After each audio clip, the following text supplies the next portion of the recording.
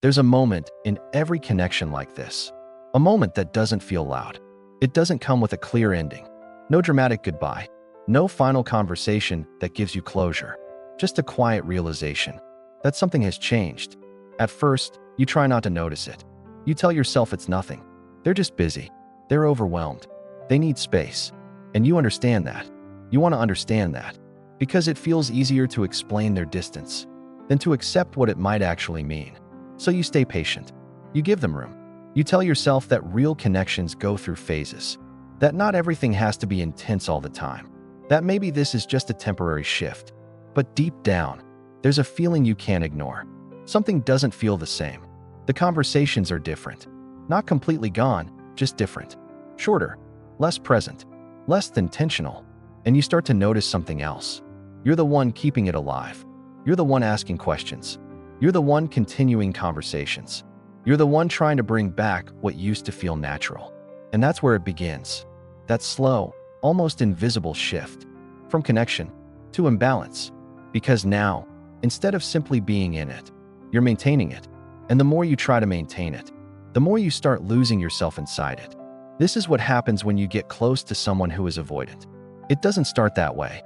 In the beginning, they can feel warm, interested, even intense. They open up just enough. They give you just enough attention, just enough presence to make it feel real. And that's what pulls you in. Because it's not fake, not entirely. They do feel something. They do care in their own way. But the problem isn't the beginning. The problem is what happens when things start to deepen. Because closeness, for someone who is avoidant, doesn't feel safe. It feels overwhelming. The moment things start becoming consistent, the moment emotions start getting stronger, the moment connection turns into something real, something inside them reacts. And that reaction looks like distance. They don't always explain it. They don't always understand it themselves. They just feel the need to pull back. And if you don't recognize that pattern, you start trying to fix it. You start thinking, maybe I'm coming on too strong. Maybe I should give them more space. Maybe I just need to be more understanding. So you adjust. You become more careful with your words. You hold back your feelings. You stop asking for reassurance. You try to become easier to love. But what you don't realize is, you're slowly abandoning yourself. Because instead of asking, is this enough for me? You start asking, how can I be enough for them? And that question changes everything. Because now your focus shifts from what you feel to how they respond, from what you need to what they're comfortable giving. And the more you do that, the more unbalanced things become. Because the truth is, you can't create closeness with someone who is avoiding it.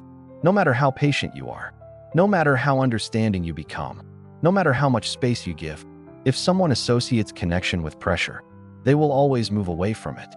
And you will always feel like you're chasing something that keeps slipping further away. But here's the part that makes it so hard to let go. They don't disappear completely. They come back. Just enough. A message. A moment. A version of them that feels like the beginning again. And when that happens, everything resets. You feel hope again. You feel connection again. You feel like maybe this time it will be different. But it never lasts. Because what you're experiencing is a cycle. Closeness.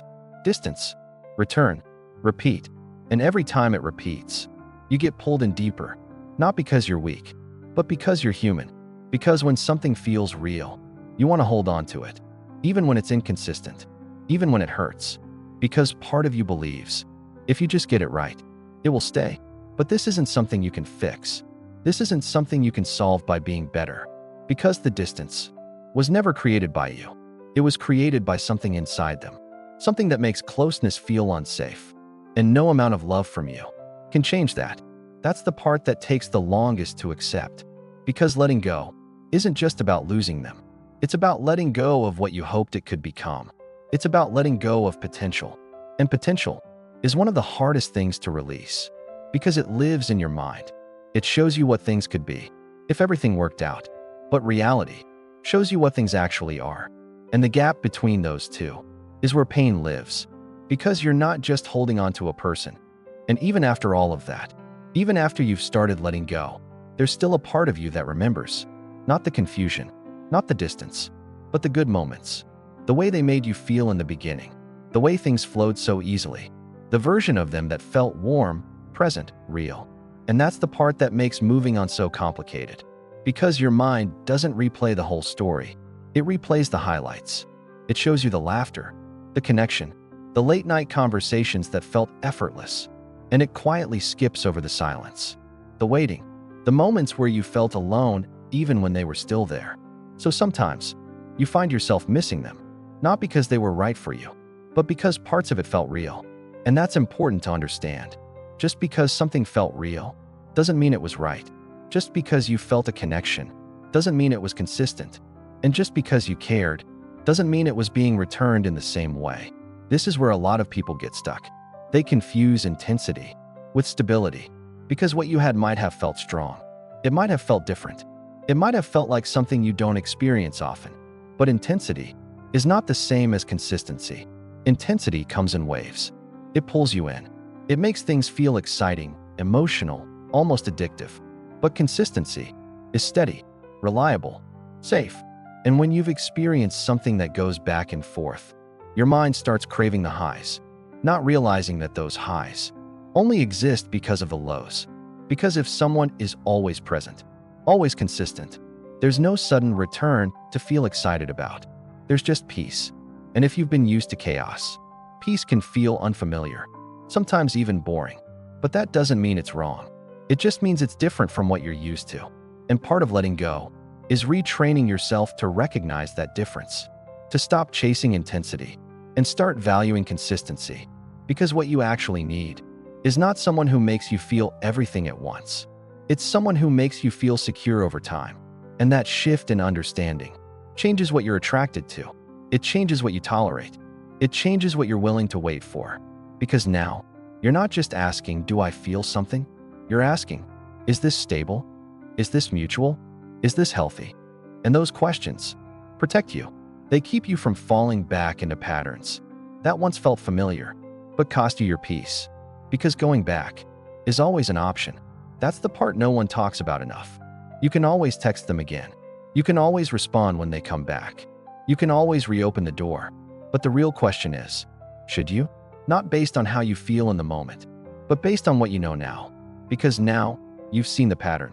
You've felt the inconsistency. You've experienced the confusion.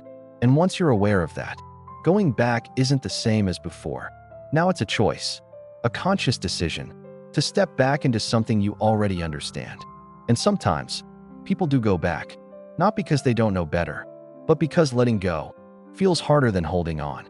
Because even inconsistent connection can feel better than no connection at all. At least it feels like something. At least it fills the silence. At least it gives you moments where you don't feel alone. But those moments come with a cost. The cost of uncertainty, the cost of overthinking, the cost of constantly adjusting yourself to fit into something that doesn't fully hold you. And eventually, that cost becomes too high. That's when real change happens. Not when you understand the situation, but when you feel it deeply enough to stop repeating it. Because awareness alone doesn't break patterns. Action does. Choosing not to respond, choosing not to reach out, choosing not to reopen something that you already know how it ends. Those choices are what create distance, not just from them, but from the version of yourself that kept going back. And that's where growth happens. Not in the big, dramatic moments, but in the quiet ones. The moments where you pause.